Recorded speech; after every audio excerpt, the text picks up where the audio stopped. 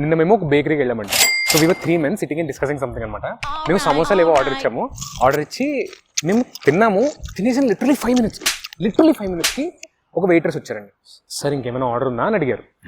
ఇంకొక అతను ఇంకొక ఆర్డర్ ఉంది అని అన్నారు. జనరల్లీ ఇంకొక ఆర్డర్ ఉంది అని అనగానే ఆవిడ వెళ్ళిపోతారని అనుకుంటాం కదా, కానీ ఆవిడేమో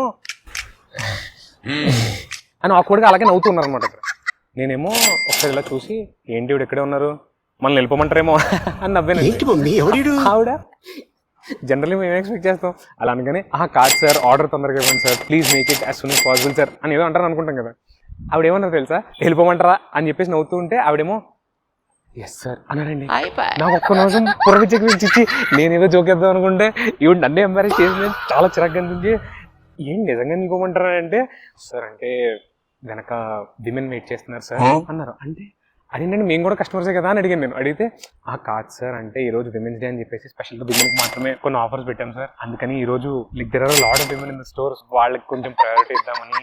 ఏమనుకోకండి సార్ అంటే ఓకే ఇప్పుడు అనుకుంటే మాత్రం ఏం చేస్తావులే అని చెప్పి అక్కడి నుంచి బయటకు వచ్చామండి. సరే అని చెప్పేసి వేరే షాప్కి వెళ్తూ ఉంటే ఆ షాప్లో అంటే 2 ఎంట్రీస్ ఉన్నాయన్నమాట. అందులో men please go left because women are always right, happy women's day అని పెట్టారండి.